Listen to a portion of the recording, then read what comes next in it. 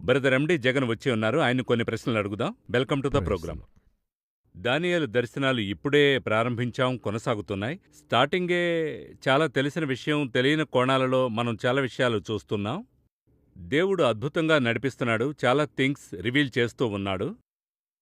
దానియేలు పేరును చూస్తే గాడ్ ఈజ్ మై జడ్జ్. పేరులోనే ఒక వ్యత్యాసం ఉంది.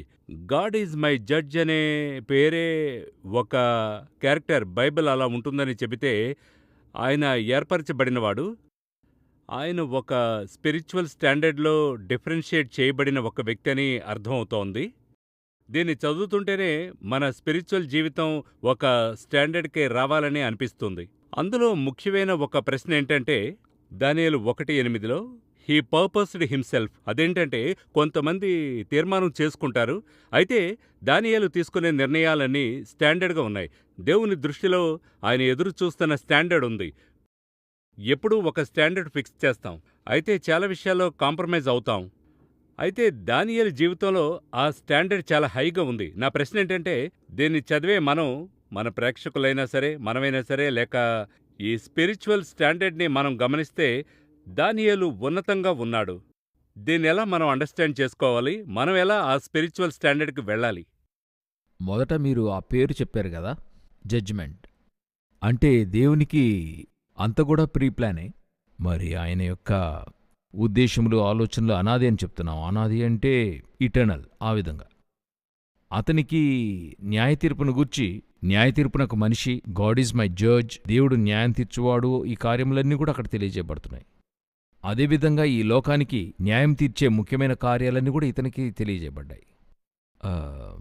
ఒక్కొక్క పేరు వెనుక ఇటువంటి ఒక విషయం ఉంటుంది. అది జాకబ్ కానివ్వండి, లేకపోతే యోసేపు కానివ్వండి, లేకపోతే అబ్రహాం కానివ్వండి, అందరి వెనుకను అబ్రహాంను తీసుకున్నట్టయితే అతనికి ఎందుకు పేరు మార్చబడింది, అబ్రహాం నుండి అబ్రహాంకి ఎందుకు మార్చాడు. సో ఇతడొచ్చి న్యాయ తీర్పును మరి ప్రజలకు చెప్పే రీతిలో ఎంతో ముఖ్యమైన మనిషిగా చూడబడుతున్నాడు. అదే సమయంలో ఆ న్యాయ తీర్పునకు అతడు ఎలాగా ఇప్పుడు తీర్పిచ్చే జడ్జే తప్పు చేసేవానిగా ఉంటే ఎలాగుంటుంది? సరికాదు గదా. సో అతని యొక్క క్యారెక్టర్ కూడా వెరీ ఇంపార్టెంట్. అప్పుడు మీరు డానియేలొచ్చి ఇంత గొప్పదైన ఒక 12 అధ్యాయాలే మన లెక్క ప్రకారం 12 చాప్టర్స్, అందులో వచ్చి ఈనాడు దాదాపుగా 2500 ఇయర్స్కి పైగా ఆ 12 అధ్యాయాలు ధ్యానించడానికి ప్రజలకు చాలలేదు. బైబిల్ స్కాలర్స్ వల్ల కుదరలా, బైబిల్ కాలేజెస్ వల్ల కుదరలేదు. వస్తూ ఉంది. యూనివర్సిటీస్ అవి ఇంకా పెట్టుకుని ధ్యానిస్తూ ఉన్నారు. ఏం చేయొచ్చు, ఇంకా ఎంతో లోతైన విషయాలొస్తున్నాయి. అలాని చెప్పితే దానికంటూ ఒక వెల ఉంది. ఎప్పుడునూ వెల చెల్లించకుండా ఏదీ దొరకదు. అంటే శాల్వేషన్కి కూడా మనమే వెల చెల్లించలేదు, క్రైస్ట్ వెల చెల్లించాడు దానికి. అదేవిధంగా ఇక్కడ ఇందులో దానియేలు యొక్క వెల అనేది ఉంది. బాహ్యపరమైన విషయాలు మనం మాట్లాడాం. అతన్ని ఎలా ఎన్నుకున్నారు, అతన్ని ఎవరికి అప్పగించారు, కష్టపడ్డారన్నది మాట్లాడాం, మొదటి ఎపిసోడ్లో మాట్లాడాం. అయితే స్పిరిచువల్గా మీరడిగిన ప్రశ్న 1:8 అదే ఒక తీర్మానం. పలు సమయాల్లో మీరు దేవుని కోసం నిలిచినప్పుడు మీ ఇష్టానికి మీరు చేయలేరు. సాధారణంగా 2 విధాలైన తీర్మానాలున్నాయి. ఒకటి మనకైన తీర్మానం, నా లైఫ్ ఇలాగుండాలి, నేను దీన్ని చదవాలి అనేటువంటి ఒక నిర్ణయం. అటు తర్వాత నేనిటువంటి వివాహం చేసుకుంటాననేటువంటి నిర్ణయము, ఈ ఊర్లోనే పనిచేస్తాననే నిర్ణయము, నేను యుఎస్లోనే ఉంటాను, యూకేలోనే ఉంటాను, ఇలా ప్రతి ఒక్కరికి వారి లైఫ్లో తీసుకునేటువంటి నిర్ణయాలు. మరొకటి గాడ్కైన తీర్మానం. ఈ దేవునికంటూ ఒక తీర్మానం తీసుకున్నప్పుడు అనేకంగా మీరు తీసుకున్న తీర్మానానికి ఆపోజిట్గా ఉంటుంది. దీనికే మనం సాక్రిఫైస్ అనే పేరు చెప్తాం. ఆ సాక్రిఫైస్ని డానియేల్ చేయాలి. ఇప్పుడు ఉదాహరణకు మీరు చెప్పిన చోటే చూడండి, భోజన విషయమే చూడటానికి అది భోజన సంబంధమైన విషయం కదా. అయితే అది కింగ్స్ ఫుడ్. అది దొరకడమే చాలా, ఆ టేబుల్ నుండి మీకొక ఆహ్వానం రావడమే ఒక గొప్ప విషయం కదండి.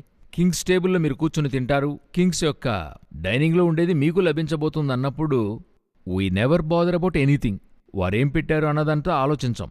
మనమెలాగా కాంప్రమైజ్ అవుతామంటే, మనమెళ్ళి కూర్చుందాం, కొంచెం చెయ్యి తడుపుదాం. నాకు తెలిసిన ఒక స్నేహితుడున్నాడు, అతను చెప్పాడు, వారందరూ మరి మద్యపానీయాలు తీసుకునేటువంటి ఒక పార్టీ. అతను త్రాగడు. నేనడిగాను, నువ్వు ఎలాగ అక్కడికి వెళ్ళావు? నేను వెళ్ళి ఊరినే చేతిలో పెట్టుకుంటాను, కాని త్రాగను. వారితో వెళ్ళి అలా నుంచోవాలి, అప్పుడే మనకి పనులవుతాయి. ఈ కాంప్రమైజ్. అవును. ఒక సాధారణమైన పనికి ఒక సాధారణ పోస్టింగ్కి ఇలా కాంప్రమైజ్ అవుతున్నాం. కింగ్స్ డైనింగ్లోకెళ్ళి కూర్చునేటువంటి విషయం అదొచ్చి నాకు అక్కర్లేదంటున్నాడు. నాకదొద్దు. దేవునికైనా ఒక తీర్మానం అది. నాకొంట్లో బాగలేదు, నాకు షుగరు, నాకు బీపీ, నేను తాగనని చెప్పడం వేరే. అది కూడా మన వల్ల కుదరదు. ఇప్పుడంతా షుగరుంది, కొంచెం పుచ్చుకుని ఏమైనా ఎక్స్ట్రా టాబ్లెట్ ఉంటే కొంచెం వేసుకుంటామంటారు గాని నిర్ణయించుకున్న దాంట్లో తీర్మానంగా ఉండలేకపోతున్నారు. ఫర్మ్గా ఉన్నాడు. అవును. అది సోషల్ మీడియా కల్చర్ దినాలు. నేడు వేరే ఎవరైనా ఉంటే ఫోటోలు తీసి కింగ్స్ దగ్గరకు వెళ్ళాను, అక్కడ తిన్నాను, వెంటనే వాట్సాప్లో స్టేటస్ వేస్తారు. వాట్సాప్లో, ఫేస్బుక్లో. అయితే అంతగా ఒక నిశ్చయంగా నా వల్ల కుదరదు అన్నారు. అవును. ఆ తీర్మానాన్ని వచ్చి మీరు అతని లైఫ్ లాంగ్ చూడగలరు. అయితే కాంప్రమైజ్ కాకుండా ఉన్న తీర్మానమని చెప్తున్నారు కదా. ఒకటి, నాకు తెలిసిన విషయంలో నేను కొన్ని తీర్మానాలు తీసుకుంటాను. అయితే దేవుని కోసం నేను తీర్మానం చేస్తే నేను తీసుకున్న ప్లాన్ మారుతుంది అలాగనే చెప్పారు. అప్పుడు ఈరోజు ప్రార్థనలోనే మార్పు రావాలి కదా. దేవా, నా చిత్తం కాదు, మీ యొక్క చిత్తం స్వామి, మీ ఇష్టం అంటూ ఆ ప్రార్థన ఉండాలి కదా. మీరెంతో క్యాషువల్గా యేసే ప్రార్థన అట్లే చెప్పేశారు. లేదండి, నేను మామూలుగా అడుగుతున్నాను. ఈరోజు మన ప్రార్థనే వేరే విధంగా ఉంది. అంటే స్వీయ చిత్తం అన్నది దేవుడు మనకిచ్చినటువంటి ఒక ఇండిపెండెన్స్, ఒక మనిషికి ఇవ్వబడిన గొప్ప స్వతంత్రం. సర్వాధికారానికి ప్రజాస్వామ్యానికి ఏంటి డిఫరెన్స్ అని చూసినట్లయితే, సర్వాధికారం అన్నది ప్రజలను ఆలోచింపజేయదు. నేనేం చెప్తున్నానో అది చెయ్యి. అతనెవరూ ఒక మిలిటరీ రూల్ చేసేవారు. అయితే మన దేవుడు ఆల్మైటీ గాడ్, సకలము గుప్పెట్లో ఉంచుకున్నవాడు. కాని ఆయనకి సర్వాధికారి మైండ్ లేదు చూడండి. మనకంటూ ఒక స్వేచ్ఛతాన్నిచ్చాడు చూడండి, ఫ్రీడమ్. నువ్వేమైనా చేయమంటున్నాడు. అలా చేయమంటున్నప్పుడు ఇవన్నీ చెయ్యద్దయ్యా, నీకే మంచిది కాదు, నువ్వు ఏని చేయొద్దంటాడు. అదే సమయంలో నేనొక తీర్మానం తీసుకుంటున్నా. నా తండ్రి కోసం, నా రాజు కోసం, కింగ్ కోసం నేను చేయనని చెప్పి. అదెంత పెద్ద విషయమో చూడండి. అది వచ్చినప్పుడు పలు సమయాలలో మనకొచ్చి ఈనాడు ఈ తీర్మానాల్లో నిలకడగా ఉండలేకపోతున్నాం. ఏంటి కారణమంటే ఇదే రీజన్గా చెప్పబడుతుంది. అంటే ఆ యొక్క గాడ్ యొక్క తీర్మానం నేను తీసుకుంటున్నాను, అందులోకే నేను జీవిస్తానన్నప్పుడు నాలో ఆ స్వీయ చిత్తాన్ని, తీర్మానము, నా ఇష్టము, కోరిక అన్నీ కూడా అక్కడ వదిలివేయబడుతున్నాయి. కాంప్రమైజ్. అలా నేను కాంప్రమైజ్ అయిపోతుంటాను. వేరే దారిలేక ఇందులో చివరిగా ఏమవుతుందంటే, దేవునికై చేసుకున్న తీర్మానం నుండి బయటకొస్తున్నానే గాని నా తీర్మానం వదులుకోవడం లేదు. అదే దేవుడు చెప్తాడు, మానవ హృదయ తలంపులు ఊహ కేవలం చెడ్డవే అంటాడు. దాని అర్థం, నేను దేవుడు చెప్పేదే చేయబోతున్నాను, అయితే నేను చెప్పేదే జరుగుతుంది. అలా వచ్చేస్తాను నేను. చూడటానికి దేవుడు చెప్పింది చేస్తున్నట్టుకుంటది, అయితే నా చిత్తమే జరుగుతుంది. అది ఎలా చేయాలనుకుంటున్నానో అలా చేస్తానన్నదే మనిషి యొక్క తలంపుగా ఉంది. ఇంకా చెప్పాలంటే మన తీర్మానానికి దేవుడు మనకి ఎలా అకామిడేట్ చేస్తున్నాడనే విధానానికి వచ్చేసాం. అవును. అంతేగాని దేవుణ్ణి దేవుని మనము కొరకు మనం అకామిడేట్ చేయలేదు. దేవుణ్ణి మనం కాంప్రమైజ్ చేయనిస్తున్నాం. ఇప్పుడు ఒకచోట చూస్తే ఉదాహరణ నిజానికి సరిగ్గా ఉంటది. జాకబ్ వచ్చి ఎంతో భయంతో ఉంటాడు. మరోనాడు ఉదయం ఏశావుని కలవబోతున్నాం, ఎంతో టెన్షన్గా ఉంటాడు. నిజానికి ఈయన అతన్ని ఆ భయాన్ని పోగొట్టడానికే వచ్చాడు. అయితే ఇతను ఆయన్నేం అడుగుతున్నాడు, నన్ను ఆశీర్వదించండి అని అడుగుతున్నాడు. ఇతని థాట్ దేవుడు ఆశీర్వదిస్తే ఏశావు ఏం చేయలేడని అనుకుంటున్నాడు. కాని దేవుని యొక్క థాట్ అతన్ని అక్కడ ఆశీర్వదించడం అన్నది కాదు. దేవుని యొక్క ఆలోచన 2 అధ్యాయాల తర్వాత ఆశీర్వదించాలని, ఇశ్రాయేలు అని పేరు పెట్టాలి, దానికి ముందు కొన్ని కార్యాలు చేయాలని ఆయన ఒక ప్లాన్లో వెళ్తున్నాడు. ఇతను నైట్ అంతా పోరాడి, హోషేయలు చెప్తాడు, కాళ్ళు పట్టుకుని మరి బ్రతిమలాడాడు, ఏడ్చి విలపించాడని ఉంటది. ఎలాగైనా తీసుకోవాలి. జెనసిస్లో అయినా పోరాడాడని ఉంటుంది. అయితే మీరు హోషేయలో చదివినట్లయితే అతను ఆయన కాళ్ళు పట్టుకుని విలపించాడని ఉంటుంది. కాళ్ళు పట్టుకుని ఏడుస్తున్నాడు, నన్ను ఆశీర్వదించండి, ఆశీర్వదించండి అని. చివరికి అతని పేరు మారుతుంది ఇశ్రాయేలుగా. సరే, నిన్ను ఆశీర్వదిస్తాను. దీన్ని ఎలా చూస్తామంటే ఖచ్చితంగా దేవుణ్ణి ఆశీర్వదించేలా చేయటం. దీన్నొచ్చి మనం సరి అని చెప్పి ప్రసంగాలలో చెప్తుంటాం. అయితే మరో యాంగిల్లో చూస్తే దేవుని కాళ్ళు పట్టుకుని ఏడ్చి, దేవా నాతో ఉండండి, నన్ను ఆశీర్వదించండి అనేది తప్పంటారా? లేదు, అలా అడగవలసినటువంటి అవసరత లేదు కదా. ఈ కాంటెక్స్ట్లో మీరు మీ తండ్రిని అలా అడగాల్సిన అవసరం లేదే. మీరు అలాగే 2 అధ్యాయాల తర్వాత చూడండి, ఆయనే వచ్చి చేస్తాడు ఇది. ఇతను అడగడు, ఆయనే వచ్చి ఇది మొదలుకొని నీవు ఇశ్రాయేలు అనబడతావు అంటాడు. ప్లాన్ చేశాడు. ఆయన టైం అంటూ ఒకటి ఉంది, ఆ టైంలో ఇస్తానంటున్నాడు. అది ఆయన తీర్మానం. ఇప్పుడు నేను దేవుని యొక్క తీర్మానాన్ని తీసుకున్నట్టయితే ఆ టైం కోసం వెయిట్ చేస్తాను. ఇప్పుడు నాకొక ఆశ ఉంది, ఇప్పుడే అది జరగాలని చెప్పి. దానికి అతన్ని కాంప్రమైజ్ చేపిస్తున్నాను. దానికొక వెలుంది, ఇంతే. తీర్మానము దేవునిదే, అయితే నా ఇష్ట ప్రకారంగా ఆయన్ని మార్చడం. డానియేల్ దగ్గర ఇది మాత్రం కాదు. మీరు డానియేల్ బుక్ ఫుల్గా చూడండి, లేక బైబిల్లో ఉండే దేవుని కోసం ఉన్నవారు అందరినీ చూడండి. వారు దేవుని కోసం వైరాగ్యంగా తీసుకునే తీర్మానాలుంటాయి. అందులో వారు చివరి వరకు నిలిచి ఉంటున్నారు. స్టాండ్గా ఉన్నాడు. ఇప్పుడు మనము నిలువగలుగుతున్నామా అన్నదే ప్రశ్న. పౌలు యొక్క కార్యాలు చూస్తే నిర్ణయించుకున్నాను అని చెప్తాడు. దేవునిలో అతను తీసుకున్నటువంటి నిర్ణయం నుండి అతను మారడు. అవును, అలాగే ఉన్నాడు. అవును, యెరూషలేమునకు వెళ్ళడానికి నేను నిర్ణయించుకున్నాను. ఎన్ని విధాలుగా అతనికి అడ్డంకులొస్తున్నాయి అంటారు. అవన్నీ ఒక్కొక్కటిగా దాటుతూ వెళుతూ ఉన్నాడు. ఈ విధంగానే దానియేలు వెళ్తున్నాడు. ఎంతకీ పౌలికి ఆ ముల్లుంది, ఆ పెయిన్ ఉంది. అవన్నీ ఉన్నప్పటికీ శరీరముల పెయినుంది. ఇతని హత్తుకుని వారందరూ వెళ్ళొద్దని ఏడుస్తున్నారు. ఒక ప్రవక్త వచ్చి చెప్తున్నాడు వెళ్ళొద్దని, కాని అతను చెప్తాడు వెళ్తాను. I decided. అంతే. అది మన దేవుని గురించిన వాక్యం చెప్తుంది. ఆయన ఒక మారు చెప్పి మరొకసారి యోచించేవాడు కాడు. అది మార్చేవాడు కాడు. No turning back. వన్స్ చెప్పాడంటే చెప్పినట్టే. ఆ గుణాతిశయం మనకి రావాలి, దేవుని కోసం అంటూ రావాలి. మన కోసం రాకూడదు, గాడ్స్ కింగ్డమ్, దేవుని రాజ్యం కొరకు రావాలి. ఈ విధంగా దానియేలు యొక్క కార్యాలను చూసుకుంటూ వెళుతుంటే మనకు ఎన్నో విషయాలు ఎంతో ఆశ్చర్యంగా ఉంటుంది. దీనికోసం అంటూ మనం ప్రత్యేకంగా చూస్తున్నాం అనుకోండి. యూజువల్గా చదవడం కంటే ఇప్పుడు ప్రోగ్రాం కోసం, ప్రజల కోసం ఇలా మనం చెప్పాలని కొంత మెడిటేట్ చేస్తున్నాం. అలా చూస్తున్నప్పుడు ఇంకా ఎక్కడెక్కడికో వెళ్తుంది. అది కాకుండా ఇదే చాప్టర్ చదువుతూ ఉన్నాం. రేపు చదివితే ఇంకా కొంచెం డెప్త్ వస్తుంది. అది బైబిల్ యొక్క స్పెషాలిటీ. అదే చెప్తున్నాం ప్రేక్షకులకి మనం ఒకసారి చదివితే చాలదు, రెండోసారి మూడోసారి చదువుతూ ఉంటే అలాగా ట్రెషర్స్ వస్తూ ఉంటాయి. ఇప్పుడు మనమొచ్చి 0.01% ఇస్తున్నాం. అవును, మిగతాది మరి అందులో నుండి పైకి. ఇంకో విషయం, చాప్టర్ 3లోకి వెళుతున్నాం. మరి గాడ్ ఈజ్ మై జడ్జ్ అని చెప్పినప్పుడు రెవల్యూషన్ని, డానియల్ని రెండూ కలిసి చదవాలని మనం చాలాసార్లు చెప్పాం. ఆ జడ్జ్ అనే మాటకు రెవల్యూషన్ని కనెక్ట్ చేసి మనం దానియేలు చదవాలని మనం ఒకసారి కాదు చాలాసార్లు. అయితే ఈ జడ్జ్ అనే మాట చాలా ఒక టర్నింగ్కి ఒకలా ఉంది. ఎందుకంటే ఇక్కడ ఫ్యూచర్ గురించి చెప్తున్నాడు. అపోస్తులు జాన్ అక్కడ పాట్మస్ ఐలాండ్లో ఫ్యూచర్ గురించి చెప్తున్నాడు. ఇక్కడ ఒక స్థలంలో ఆపేసి అక్కడ మరో స్థలంలో ఓపెన్ చేసి చెప్తున్నాడు.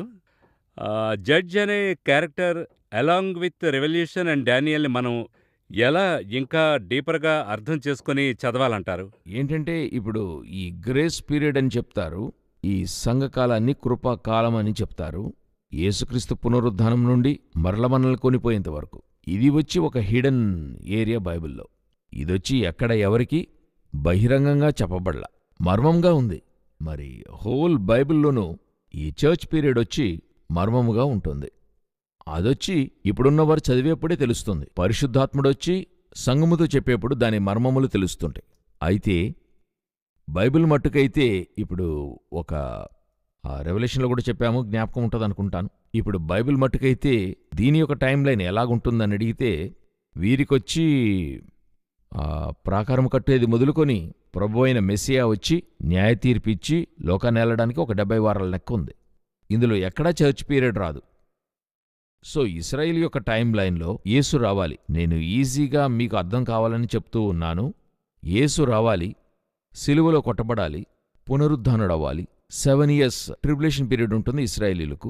ఆ తర్వాత యేసు బహిరంగంగా రావాలి, వచ్చి పరిపాలించాలి ఆ మిలేనియం. ఇక్కడ అంతటితో ఇటర్నల్ లైఫ్. ఇదే మరి ప్యాకేజ్.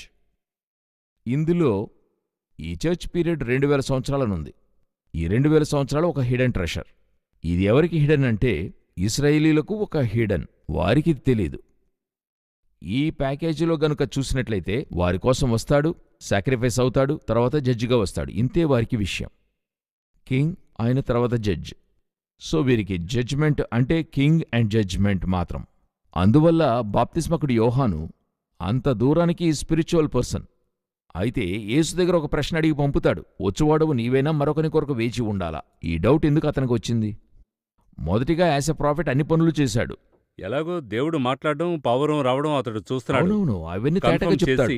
అంటే ఎవరి మీద పౌరం వలె పరిశుద్ధాత్ముడు దిగుతున్నాడో ఆయనే అగ్నితో ఆత్మతో బాప్తిసం ఇచ్చేవాడని ఆనాడే ఈ విషయములు అతనికి ముందుగా తెలియజేయబడ్డాయి. అదే కాకుండా యోహానే ఇది చేయాలి, అనౌన్స్ చేయాలి అనేది, బాప్టిజం ఇవ్వాలి, బాప్టైజ్ చేసి జనులకు ఇంట్రడ్యూస్ చేయాలి. ఇదే ప్రొసీజర్. అయితే ఏంటి ఒక విషయం అంటే, ఒక ఇశ్రాయేలుగా, ఒక ఇశ్రాయేల్ ట్రైబ్లో ఒక వ్యక్తిగా యోహాను ఆలోచిస్తున్నాడు. ఇప్పుడు దైవకుమారుడొచ్చాడు, మరి బాప్టిజం ఇచ్చాము, ఈయనే అని జనులకు ఇంట్రడ్యూస్ చేశాం. అయితే ఈయన కింగ్కైన పనులు ఏవీ చూడలేదు. సో వరల్డ్గా ఈయనకి ఓన్లీ థాట్, మైండ్ అలాగే యోచిస్తుంది. అప్పుడు ఎంత స్టాండర్డ్గా ఉన్నా కూడా ఈ ఫ్లెష్తో మనం ఫైట్ చేస్తూనే ఉండాలి. అయ్యో, బైబిల్ మట్టుకైతే మీరు అడుగుతున్నారు కాబట్టి వీక్షకులకు చెప్పాలనుకుంటున్నా. టెంప్టేషన్ ఆఫ్ జీసస్ క్రైస్ట్ అని మీరు చదివింటారు మత్తయి సువార్త 4వ అధ్యాయంలో. అందులో జీసస్ క్రైస్ట్ని వాడు 3 స్థలాలకు తీసుకెళ్తాడు. 3 స్థలాలు చూస్తే 1+1 అలా పైకెళ్తూనే ఉంటుంది, హైట్కి వెళ్తూ హైట్ ఉంటుంది. పెరుగుతూ ఉంటుంది. దాని అర్థమేంటి? ఒక్కొక్క స్పిరిచువల్ స్టాండర్డ్ పెరుగుతూ ఉంటుంది. ఒక్కొక్క స్పిరిచువల్ స్టాండర్డ్లోనూ ఒక్కో విధమైన టెంప్టేషన్ అందులో ఉంటుంది. చివరికి శిఖరానికి తీసుకెళ్ళిపోతాడు. శిఖరం పైన ఉన్నదేంటంటే, బైబిల్ ఫుల్గా మీరు శిఖరం అన్నది ఏంటని చూస్తే వారి స్పిరిచువల్ స్టాండర్డ్ యొక్క ఎత్తు. మోషే కొండపైన ఉన్నప్పుడు దేవునితో మాట్లాడుతున్నాడు. యేసుక్రీస్తు రూపాంతరం చెందడం అన్నది కొండపైన చూస్తారు. తర్వాత ఏలియా కొండపైన ఉన్నప్పుడు దేవునితో సంభాషణ జరుగుతుంది. కొండన్నది దేవునితో మాట్లాడే ఒక స్థలం. అది కాకుండా పాట్మోస్ ఐలాండ్ అదొక ఏకాంత స్థలం. ద్వీపమే, అక్కడ కొండలున్నాయి. మరి ఇవన్నీ యాక్చువల్గా మీరు గమనించి చూస్తే ఆ స్థలంలో ఒక టెంప్టేషన్ ఉంటుంది యేసయ్యకి, వాడి వల్ల. అక్కడ కూడా అక్కడ ఏదని చూస్తే లోకములో ఉన్న మొత్తము ఆశీర్వాదాలు చేతికి తీసుకొచ్చి ఇవ్వడం. ఈ విధంగా ఒక్కొక్క స్థలములోనూ మీ స్పిరిచువల్ స్టాండర్డ్. అదే ఒక గొప్ప పరిశుద్ధునితో మాట్లాడుతున్నప్పుడు ఆయన నాతో చెప్పింది, తమ్ముడు, యవనస్తుడుగా ఉన్నావు, ఇప్పుడు నీకున్నటువంటి టెంప్టేషన్, మీకున్న పోరాటం అన్నది ఒక తెగ. ఇప్పుడు నాకు 73 సంవత్సరాలనే ఆయన చెప్పాడు. ఇప్పుడు నాకున్నటువంటి పోరాటము, నాకున్నటువంటి టెంప్టేషన్ అనేది వేరే. ఇప్పుడు నేనా చోటికి వెళ్ళి నేను ఆలోచించలేను గదా. అయితే అతని వల్ల చూడగలడు. ఆయన చెప్తున్నాడు, 25, 30, 40 సంవత్సరాల వయసులో నేను ఎటువంటి పాపములో పడకూడదని చెప్పి ప్రక్కకు నెట్టివేశానో, 70 వయసులో నాకది ఫ్రీగానే వచ్చి పక్కన నుంచుంటుందంటాడు. ఇప్పుడు నాకే వయసు అయింది గాని నా మైండ్కి వయసు అయిందా? తెలివిగా ఉంది, తేటగా ఉంది గదా. ఇప్పుడు నేను అది అధిగమిస్తున్నానా అన్నదే ప్రశ్న. ఆయన చెప్తున్నాడు, ఇది వచ్చి ఆయన ఒక్కడు మాత్రం మాట్లాడే మాట కాదు. బైబిల్లో యోబు చెప్తున్నాడు, నా కంటితో నిబంధన చేసుకున్న నేను ఒక కన్యకపై దృష్టి ఉంచడం అన్నది ఏమిటి? దాని అర్థమేంటంటే, నా కంటితో ఆయన అగ్రిమెంట్ వేశాడంట, ఎవరిని చూడను అని చెప్పి. ఏ యోబు?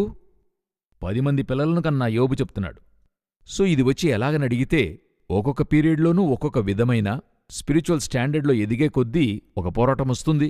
ఆ పోరాటాన్ని కొద్దిగా జయించే కొలది మరొక స్పిరిచువల్ స్టాండర్డ్కి ఎదిగి వెళుతూ ఉంటారు. ఎలా చెప్పచ్చా? ఒక్కొక్క పోరాటమును మనం జయించి దేవుడు తన రహస్యములను బయలుపరుస్తాడని చెప్పచ్చా? అవును, ఆ లెవెల్కి వెళ్ళినప్పుడు అక్కడున్న ట్రెషర్స్ దొరుకుతుంది. మనకి ట్రెషర్స్ అంటే ఏవి? సీక్రెట్సే. ఆయా లెవెల్కి అది దొరుకుతుంటుంది. ఇప్పుడు ఫస్ట్ చాప్టర్ ఆఫ్ డానియల్లో దానియేలొచ్చి ఆహార టెంప్టేషన్లో గెలుస్తున్నాడు. మీరు చూడండి, యేసుక్రీస్తుకి అక్కడ ఆహారమే టెంప్టేషన్. అక్కడ అవును, ఈయనకి ఆహారమే టెంప్టేషన్. ఆదాముకి ఆహారమే టెంప్టేషన్. ఆదాము పడ్డాడు, డానియేల్ పడలేదు, జీసస్ పడలేదు. ఇప్పుడు వారు మరో లెవెల్కి వెళ్ళారు. ఇప్పుడు నెక్స్ట్ లెవెల్ టెంప్టేషన్ ఏదని మీరు చూసినట్లయితే స్పిరిచువల్ టెంప్టేషన్ వస్తుంది. ఎవరికినీ మీరు ప్రార్థించకూడదు, ఏది చేయకూడదు. దానియేల్లో అది మనం చదువుతున్నాం బైబిల్లో 6వ అధ్యాయంలో. ఇప్పుడు యేసుక్రీస్తుకైతే మొదట రాళ్లను రొట్టెగా మార్చి తినడం అన్నది. చివరిగా చూస్తే స్పిరిచువల్ స్టాండర్డ్, నీవు దేవుని తప్ప మరెవరిని తనను మొక్కమన్నప్పుడు దానికి ఏసేం చెప్తున్నాడు? నీ దేవునికి మొక్కి ఆయనను మాత్రము సేవింపవలను, అట్లా ఆరాధించాలంటున్నాడు. Same standard, same temptation. ఈయన గెలుస్తున్నాడు. ఎంతో అద్భుతంగా ఉంటుంది ఈ యొక్క ప్రశ్న. ఏంటంటే, మనం జయించగలమా? ఈ పాఠము అందులో కొరకైందే. మనం గెలుస్తూ ఉన్నామా? నేను గెలిచాను అని చెప్పనేలేము. వాక్యం స్పష్టంగా తెలుపుతుంది, అంతము వరకు నిలుచువాడే రక్షింపబడతాడు. You need to stand till the end. నాకు 60 అయింది లేక 50 అయింది, దీనికి పైన నాకేంటయ్యా, ఏమంటే నాకు 50-60 ఏళ్ళొచ్చాయి అంటారు. చెప్పడంతో సరే, అప్పటికీ ఒక పోరాటం ఉంటుంది. అప్పుడూ వారు గెలవాలి, 70లోనూ గెలవాలి. మోషేని చంపడానికి సాతాను ఎప్పుడూ ట్రై చేశాడు? పుట్టేప్పుడు ట్రై చేశాడు, స్టార్టింగే. అతని చివరిగా ఎక్కడ పడవేశాడు? 120 సంవత్సరాల్లో పడేశాడు. అప్పుడు 120 ఇయర్స్ను వాడు మోషేని ఫాలో చేస్తూ ఉన్నాడు తరచుగా, కంటిన్యూగా. 120వ సంవత్సరం మోషే ఒక చిన్న విషయంలో ఇదైపోయాడు. ఇదే మనకి ఒక పాఠం. ఎవరూ ఇక్కడ స్టాండర్డ్ అని చెప్పలేం. వీరందరినీ చూసేప్పుడు ఒక వైరాగ్యము, నిర్ణయం అన్నది మనకు కావాలి. సరే, ఓకే, మనము చేయకూడదు, తలపెట్టకూడదు. దేవుని కోసం మనిద్దరము ఒకరోజు డిస్కస్ చేస్తున్నప్పుడు మీరు చెప్పినటువంటి ఒక మాట, ఒక కార్యాన్ని చెప్పి దీనివల్ల 1,00,000-1,50,000 రూపాయలు వస్తుంది కాదన్ను, కాని ఇది దేవునికి ఇష్టం కాదు, అది వద్దని చెప్పారు మీరు ఒక విషయాన్ని మాట్లాడుతున్నప్పుడు. అదే మనం దేవునికి చూపించేటువంటి తీర్మానం. నెలకి 1.5-2 లక్షలొస్తాయి, పర్వాలేదు, అయితే నాకక్కర్లా. నాకు దేవుడే ఇంపార్టెంట్. దేవుడేం చేస్తారనుకుంటున్నారు? నాకోసం 2 లక్షలు వదిలిపెట్టాడు, దానికి బదులు 10, 100, 1000 రెట్లు ఆశీర్వదించి వెళ్ళిపోతాడు. ఈ నిర్ణయాన్ని దేవుడు మన దగ్గర ఎక్స్పెక్ట్ చేస్తున్నాడు. అవును, అది స్టాండర్డ్. మనకది పెద్దది. దేవుని మటుకైతే మనమే పెద్ద ఆయనకి. అదే దేవుని ఎక్స్పెక్టేషన్. చాలా విషయాలు మనం మాట్లాడాం. అదే కాకుండా ఇదెలా అంటే, నాకేమిష్టమైందంటే ఈ డిస్కషన్‌లో పరిశుద్ధాత్మ ఒక్కోసారి ఈ ప్రశ్న ద్వారా నన్ను నడిపిస్తూ ఉన్నట్లుంది. అదేలాగున మీరు ఆ థాట్‌లోనే రావడం ద్వారా ఈ కార్యక్రమం రీటేక్ లేకుండా అలాగే నమోదవుతోంది. అది తలుచుకుంటే ఎంతవరకు దేవుని యొక్క దృష్టిలో ఉన్నామనేది, ఎందుకంటే ఎలాంటి ఎజెండా లేదు మనకి. మీరు క్లియర్‌గా ఉన్నారు, నేను క్లియర్‌గానే వస్తున్నాను. ప్రేక్షకులు బైబిల్ చదవడం డీపర్‌గా ఉండాలి, మరో స్టాండర్డ్‌కి వెళ్ళాలి అనే విషయాన్ని ఒక థాట్‌గానే మనం దీన్ని తీసుకొని వెళ్తున్నాం. మనము టెక్నాలజీ ఇన్ఫర్మేషన్‌లో ఉన్నప్పటికీ కూడా we are not only giving informations, we are trying to give some transformation. దేవుడు అందులకై ఉపయోగిస్తున్నాడనే ఎక్స్పెక్ట్ చేస్తున్నాను. ఎందుకంటే any channel can give the information, but some channels can make transformation. అదే మన ఛానల్ యొక్క ముఖ్యమైనటువంటి ఒక అజెండాగా ఉంది. కరెక్ట్. 3rd చాప్టర్‌లోకి మనం వెళుతున్నాం. టైం చాలా అయిపోయింది కాబట్టి ఈ 3rd చాప్టర్‌లో మనం ఏం ఎదురు చూడబోతున్నాం? 3rd చాప్టర్‌లో 2 క్యారెక్టర్స్ యొక్క విషయాన్ని చూడగలం. ఒకటి నెబుకద్నెజర్‌ను గురించి చూడొచ్చు, మరొకటి షాద్రక్, మేషక్, అబేద్నెగో, అనన్య, మిషాయెల్, వీరు అజరయ గురించి మనం చూడొచ్చు.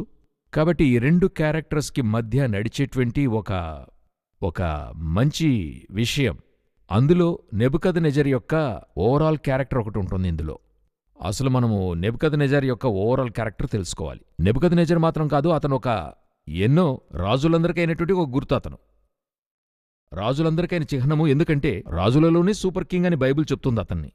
మనకు కోరేష్ ద గ్రేట్ ఉన్నాడు, అతను ఇతని తర్వాత వచ్చినవాడు. ఆ తర్వాత అలెగ్జాండర్ ద గ్రేట్ ఉండాడు, అతను ఇతని తర్వాత వచ్చినవాడు. ఆ తర్వాత యాంటియాకస్ ద గ్రేట్ ఉండాడు, అతను వీరి తర్వాత వచ్చినవాడు. కూడా తర్వాతే వస్తున్నాడు. అలా అలెగ్జాండర్, వీరందరూ నెబుకద్నెజర్ తర్వాత వచ్చినవారు. ఇప్పుడు వీరందరూ ఉన్నటువంటి కాలంలోనే బెస్ట్ ఎవరని అడిగితే నెబుకద్నెజరే. నెబుకద్నెజర్కు ముందు ఎంతోమంది కింగ్స్ ఉండారు, సుమేరియన్ కింగ్స్ ఉండారు, ఆ తర్వాత ఈజిప్షియన్ కింగ్స్, ఫరోలు ఉండేవారు. వీరందరికంటేనూ నెబుకద్నెజర్ వచ్చి అన్ని ఫీల్డ్స్లోనూ ఎక్స్పర్ట్గా ఉండాడు. హి ఈజ్ వెరీ పవర్ఫుల్ కదా, మోస్ట్ పవర్ఫుల్. ఆయన యొక్క పరిపాలనను గురించి మీరు చదివినట్లయితే, ఆ బంగారు శిరస్సు నీవే అంటాడు దేవుడు. ఇతను ఒక హెడ్ లాగా. సో ఇప్పుడు నెబుకద్నెజర్ యొక్క ఈ ప్రతిబింబము రాజులందరికీ ప్రతిబింబంగా ఉంది. అప్పుడు నెబుకద్నెజర్ యొక్క గుణాతిశయం ఏంటి, అది చూస్తున్నప్పుడు మీరు రాజుల యొక్క హృదయం ఎలాగుంటుందో మీరు నేర్చుకోగలరు. అదే కాకుండా టెంపుల్ని డెస్ట్రాయ్ చేయడం ఈయనే కదా. అవును, టెంపుల్ డెస్ట్రాయ్ చేయడం అన్నది గాడి యొక్క ప్లాను. దానికి ఇతన్ని యూజ్ చేస్తున్నాడు. ఒకచోట దేవుడి ఇతన్ని సేవకుడు అంటున్నాడు, నా సేవకుడైనటువంటి నెబుకద్నెజర్ అంటున్నాడు. సో లైట్ గా తీసుకోలేము. ఏంటి ఈయన దగ్గర ఒక విషయమని అడిగితే మీరు ఆలోచించండి. 1వ అధ్యాయంలో మనం చదివాము, దీని గురించి కూడా మాట్లాడాము ఆ రోజున. ఇంకొక టెంపుల్ని వెళ్ళి పడగొడుతున్నాడు, కాల్చుతున్నాడు. కాని ఆ టెంపుల్లో ఉన్నటువంటి ఉపకరణాలన్నీ కూడా తన యొక్క టెంపుల్లో వారి ట్రెషర్స్ పెట్టే చోట పెడుతూ ఉన్నాడు. అలా అందులో ఆనర్ చేస్తున్నాడు, ఘనతను అతను ఇస్తున్నాడు. చూడండి, ఎప్పుడు చరిత్రలోకి వెళ్ళి చూడండి, రోమా సామ్రాజ్యాన్ని చూడండి, వారు వెళ్ళి ఏ దేశాన్ని ముట్టడించినా అన్యదేశం యొక్క దేవాలయాన్నో లేక అన్యదేశం యొక్క ఆరాధన స్థలాన్ని ధ్వంసము చేయటమే ఆనవాయితీ. పడగొట్టి కాల్చివేయడం చూస్తాము రోమీలందరూ. ఎవరు కూడా మరొక దేవునికి ఎటువంటి ఇంపార్టెన్స్ ఇవ్వరు. వారి ఆరాధన స్థలాలను ఉండకూడదనే అనుకుంటారు. నెబుకద్నెజరొచ్చి ఆరాధన స్థలాన్ని పడగొట్టడానికి కారణం దేవుడు పడగొట్టమన్నాడు. మరి అలా అది. కాని అతని హృదయం ఎలాగుందంటే, ఆ మర్యాద నేను ఇవ్వాలని అతని హృదయం అలాగుంది. ఇంకొకటి, నెబుకద్నెజర్ నేరుగా వెళ్ళి అది పడగొట్టలా, అతని సైన్యాధిపతులే ఆ కార్యాన్ని చేశారు. అయితే నెబుకద్నెజర్ ఆజ్ఞాపనలో ఇవి జరుగుతాయి. ఇంకనూ మీరు చూడండి, 2వ అధ్యాయములో ఈ యొక్క రెవల్యూషన్ దానియేలు ఇచ్చిన వెంటనే చివరిగా ఆయన చెప్పే ఒక మాటను చూస్తే 47వ వచనంలో ఉంటది. మరియు రాజు, ఈ మర్మమును బయలుపరచుటకు నీవు సమర్థుడవైతివే. నీ దేవుడు దేవతలకు దేవుడును రాజులకు ప్రభువును మర్మములు బయలుపరచువాడునై ఉన్నాడని దానియేలునకు ప్రత్యుత్తరమిచ్చెను. ఒక స్టేట్మెంట్. స్టేట్మెంటు. రాజు చెప్తున్నాడంటే యోచించండి. అవును. ఒక ఓపెనింగ్ స్టేట్మెంట్. ఓపెనింగ్ న్యూస్ లాంటిది. అవును. ఈరోజు జో బైడెన్ ఒక విషయాన్ని చెప్తున్నాడంటే ఆల్ ఓవర్ ద వరల్డ్ అది హెడ్లైన్స్ కదా! ఆ రోజున అది చెప్పేది all over the world headline అది. రాజు అలా చెప్పాడన్నది ఒక హెడ్లైన్. అప్పుడు ఆ దేవునికి ఒక మర్యాద ఇవ్వాలనే ఆలోచన ఉంటుంది గదా! థాట్. అటువంటి నెబుకద్నెజర్ యొక్క మరొక ముఖముంది. మరోవైపు. మరో ప్రక్క. అదే మనము యోచించాలి. ఇందులో చాలా ప్రాముఖ్యం. అదేంటంటే 2వ అధ్యాయంలో ఇలా చెప్పాడు గదా! 3వ అధ్యాయంలో దేవునికి అగెన్స్ట్‌గా ఒక పని చేస్తున్నాడు. అవును. తరచు ఇది వస్తూనే ఉంది. కొనసాగింపుగా. ఇందులో ఉన్న ఒక విషయం ఏంటంటే నెబుకద్నెజరు ఒక ఎత్తైన స్టాచ్యూ చేపిస్తాడు. అవును. అది దేనితో చేస్తున్నాడన్నదే ముఖ్యం. అక్కడేం చేస్తున్నాడంటే 3:1లో ఉంటుంది. రాజగు నెబుకద్నెజరు బంగారు ప్రతిమ ఒకటి చేయించి బబులోను దేశంలోని దూరాయను మైదానములో దాన్ని నిలవబెట్టించెను. ఇంగ్లీష్లో 3లో వచ్చి 3:1. అది 3:1. King Nebuchadnezzar made an image of gold whose height was 60 cubits and breadth 6 cubits and set it upon the plain of Dura in the province of Babylon అని రాసింది. ఇమేజ్ ఆఫ్ గోల్డ్ అని ఉంది. అదే అందులో చాలా ఇంపార్టెంట్. ఎందుకు గోల్డ్లో చేశాడన్నదే ప్రశ్న.